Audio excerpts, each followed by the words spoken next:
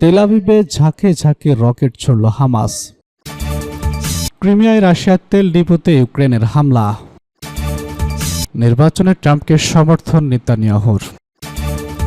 গত এক বছরে ইসরায়েলকে রেকর্ড সামরিক সহায়তা দিয়েছে যুক্তরাষ্ট্র। ইরানের ক্ষেপণাস্ত্র যেভাবে আয়রন ডোমকে ফাঁকে দিয়েছিল। তেল আবিবে ঝাঁকে ঝাঁকে রকেট ছুড়ল হামাস। 2023 সালের 7 অক্টোবর ইসরায়েলের ঐতিহাসিক হামলা চালিয়েছিল গাজা ভিত্তিক সশস্ত্র সংগঠন হামাস। এরপর থেকে ইসরায়েল গাজায় ধারাবাহিকভাবে হামলা চালাচ্ছে, পাল্টা প্রতিরোধ করছে হিজবুল্লাহ। গাজায় যুদ্ধ বর্তমানে ছড়িয়ে পড়েছে লেবাননে, এমনকি গোটা মধ্যপ্রাচ্যেই এখন এই যুদ্ধের হিট বসেছে। এবার গাজা যুদ্ধের বর্ষপূর্তির দিনে ইসরায়েলের রাজধানী তেল আবিবে লক্ষ্য করে ঝাঁকে ঝাঁকে রকেট ছুড়েছে হিজবুল্লাহ। আল আকসা ব্রিগেড জানিয়েছে সোমবার তারা এই হামলা চালিয়েছে। মাদাকমা M90 রকেট ব্যবহার করে এই হামলা চালানো হয়েছে। এই হামলায় তেল আবিবের শহরতলিতে সতর্কতামূলক সাইরেন বাজতে শোনা যায়। ন্যাশনাল মিডিয়ায় ছড়িয়ে পড়া ফুটেজে তেল আবিবের শহরতলিতে ক্ষয়ক্ষতির চিত্র দেখা গেছে। ইসরায়েলি গণমাধ্যম জানিয়েছে লোহন ও হাইপ শিল্প এলাকায় দুটি হামলার ঘটনা ঘটেছে, এতে বেশ কয়েকজন হতাহত হয়েছে। ক্রিমিয়ায় রাশিয়ার তেল ডিপোতে ইউক্রেনের হামলা। ইউক্রেন সেনাবাহিনী জানিয়েছে তারা ক্রিমিয়া উপদ্বীপের একটি বড় তেল ডিপোতে হামলা চালিয়েছে। রাশিয়া এই জ্বালানি সরবরাহ ব্যবস্থা নিয়ন্ত্রণ করে। কিয়েভের কর্মকর্তারা বলেছেন তাদের ক্ষেপণাস্ত্র বাহিনী ফিবদো টার্মিনালে হামলা চালায়। তবে রাশিয়া এখনো হামলার বিষয়টি নিশ্চিত করেনি। তবে এই হামলায় আগুন জ্বলতে দেখা গেছে, কিন্তু কোনো হতাহতের খবর পাওয়া যায়নি। এই হামলায় পৌর কর্তৃপক্ষ জরুরি অবস্থা ঘোষণা করেছে। 3 শতাধিক লোককে নিরাপদ আশ্রয় সরিয়ে নেওয়া হয়। ন্যাশনাল মিডিয়ায় ছড়িয়ে পড়া ফুটেজে দেখা গেছে ফিউ টার্মিনাল পড়ছে। স্থানীয় কর্তৃপক্ষ জানিয়েছে তারা আগুন নিভানোর চেষ্টা করছে। এদিকে মস্কোর প্রতিরক্ষা মন্ত্রণালয় জানিয়েছে ইউক্রেন থেকে ছোড়া 21 ড্রোনের মধ্যে ছিল 12টি ভূপাতিত করেছে। নির্বাচনে ট্রাম্পকে সমর্থন নেতানিয়াহুর। আসন্ন মার্কিন নির্বাচনে যুক্তরাষ্ট্রের প্রেসিডেন্ট ডোনাল্ড ট্রাম্পের সমর্থন দিয়েছেন ইসরায়েলের প্রধানমন্ত্রী বেনিয়ামিন নেতানিয়াহু। সোমবার তুর্কি বার্তা সংস্থা এনাদোলু এজেন্সির এক প্রতিবেদনে সব তথ্য জানানো হয়েছে। প্রতিবেদনে বলা হয়েছে কমলা হ্যারিসের প্রতিদ্বন্দ্বী সাবেক প্রেসিডেন্ট ডোনাল্ড ট্রাম্পকে সমর্থন দিয়েছেন নেতানিয়াহু যেন তিনি হোয়াইট হাউসে ফিরে যেতে পারেন। তবে এ ব্যাপারে কমলা হ্যারিসের কোনো মন্তব্য পাওয়া যায়নি। নেতানিয়াহু ঘনিষ্ঠ বন্ধু কিনা জিজ্ঞেস করা হলে হ্যারিস ফোকাস সরিয়ে নিয়ে বলেন উভয় দেশের জনগণের মধ্যে জোট বেশি গুরুত্বপূর্ণ। উল্লেখ্য নির্বাচন আসন্ন হওয়ায় ইসরায়েলকে সমর্থন দেয় যুক্তরাষ্ট্রের স্থানীয় মুসলমানদের থেকে বেশ চাপেই আছেন হ্যারিস, কেননা তার দলের প্রেসিডেন্ট জো বাইডেন ইসরায়েলের বিরুদ্ধে অবস্থান নিতে ব্যর্থ হওয়ায় হতাশ তারা। ইসরায়েলের বিরুদ্ধে আরও শক্তিশালী অবস্থান নেওয়ার পক্ষে তারা। গত এক বছরে ইসরায়েলকে রেকর্ড সামরিক সহায়তা দিয়েছে যুক্তরাষ্ট্র। 2023 সালের 7 অক্টোবর ইসরায়েলে হামাসের চালানো হামলায় প্রতিরোধ নিতে 8 অক্টোবর থেকে গাজায় সামরিক অভিযান শুরু করে ইসরায়েল। ইসরায়েলি সামরিক অভিযান শুরু হওয়ার পর থেকে ইসরায়েলকে অত্যন্ত $17.9 বিলিয়ন সামরিক সহায়তা দিয়েছে যুক্তরাষ্ট্র। ব্যান্ড ইউনিভার্সিটি কস্ট প্রকল্পের জন্য তৈরি এই প্রতিবেদনে এই তথ্য প্রকাশ করা হয়েছে।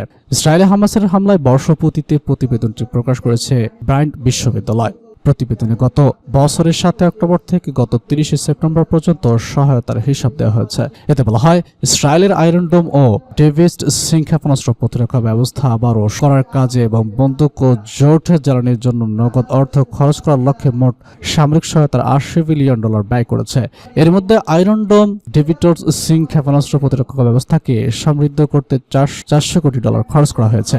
প্রতিবেদনে আলো উল্লেখ করা হয় একই সময় মধ্যপ্রাচ্য যুক্তরাষ্ট্রের সামরিক কার্যক্রমের জন্য অতিরিক্ত $8.6 বিলিয়ন তহবিল সরবরাহ করা হয়েছে। গাজার মানুষের প্রতি সমর্থন জানিয়ে ইয়েন ভিত্তিক হুতি গোষ্ঠীর চালানো আক্রমণ প্রতিরোধের জন্য যুক্তরাষ্ট্রের সামরিক অভিযানের খরচ চালাতে এই তহবিল সরবরাহ করা হয়। ইরানের ক্ষেপণাস্ত্র যেভাবে আয়রন ডোমকে ফাঁকে দিয়েছিল। গত 1 অক্টোবর দখলদার ইসরায়েলের সামরিক ও গোয়েন্দা নেটওয়ার্কের কেন্দ্রবিন্দুতে ক্ষেপণাস্ত্র হামলা চালায় ইরান। তেল আবিব সহ ইসরায়েলের অন্যান্য শহরের সামরিক অবকাঠামো লক্ষ্য করে ইরান 180টি প্লাস্টিক ক্ষেপণাস্ত্র নিক্ষেপ করে। ক্ষেপণাস্ত্রগুলো বহুল আলোচিত ইসরায়েলের আকাশ প্রতিরক্ষা ব্যবস্থা আয়রন ডোমকে ফাঁকি দেয় এবং বেশিরভাগই সফলভাবে আঘাত আনতে সক্ষম হয়েছে।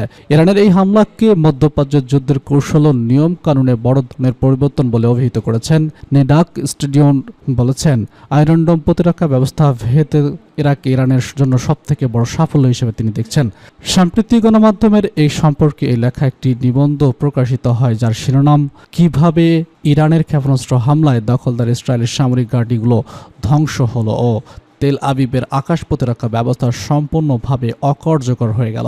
নিবন্ধে এই রাজনৈতিক বিশ্লেষক লিখেছেন, টু প্রমিস টু নামের এই ইরানের ক্ষেপণাস্ত্র অভিযান আধুনিক সামরিক কৌশলের একটি যোগ্য নির্ধারিত মুহূর্ত এবং ইরান ও ইহুদিবাদী ইসরায়েলের মধ্যে চলমান সংঘাতের একটি গুরুত্বপূর্ণ ঘটনা। পাস্টুডে জানিয়েছে ইরান কিভাবে ইসরায়েলের সামরিক শক্তি ও ভাবমূর্তি মুহূর্তের মধ্যে মাটিতে মিশিয়ে দিয়েছে তার কয়েকটি দিক বিশ্লেষণ করেছে সাবুর বেরি। ট্রু প্রমিস টু অভিযানে ইসরায়েলের গুরুত্বপূর্ণ সামরিক অভিযানগুলো ব্যাপকভাবে ইরানি ক্ষেপণাস্ত্র হামলার শিকার হয়, ফলে ইসরায়েলি গণমাধ্যমগুলো এ পর্যন্ত এই অভিযানে ব্যাপক ক্ষয়ক্ষতির বিষয়টি স্বীকার করতে বাধ্য হয়।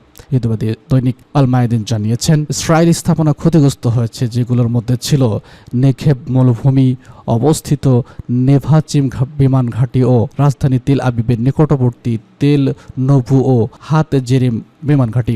এছাড়া ইরানি ক্ষেপণাস্ত্র তেল আবিবের অবস্থিত ইসরায়েলি গোয়েন্দা সংস্থা মোসাদের সদর দপ্তরেও আঘাত আনে। ট্রু প্রমিস টু অভিযানে ইসরায়েলের সামরিক স্থাপনাকে ধ্বংস করার মাধ্যমেই সীমান্ত ছিল না, এবং এটি ছিল ইরানের পক্ষে থেকে চালানো একটি জটিল ও উচ্চমাত্রার অত্যাধুনিক হাই ব্রিগেড যুদ্ধের, যেখানে ক্ষেপণাস্ত্র হামলা, সাইবার হামলা ও মনস্তাত্ত্বিক অভিযানের সমন্বয় ঘটানো হয়েছিল। ট্রু প্রমিস টু অভিযানের আগেও চলাকালে ইরানি হ্যাকাররা ইসরায়েলের আয়রন ডোম ক্ষেপণাস্ত্র প্রতিরক্ষা ব্যবস্থা অকার্যকর করে দিয়েছিল। এ সময় আয়রন ডোম তৈরিতে সহযোগিতাকারী পশ্চিমা কোম্পানি ফায়ার আইআর বিরুদ্ধেও সাইবার হামলা চালানো হয়। এর ফলে আয়রন ডোমের ব্যর্থতা তীব্রতর হয়।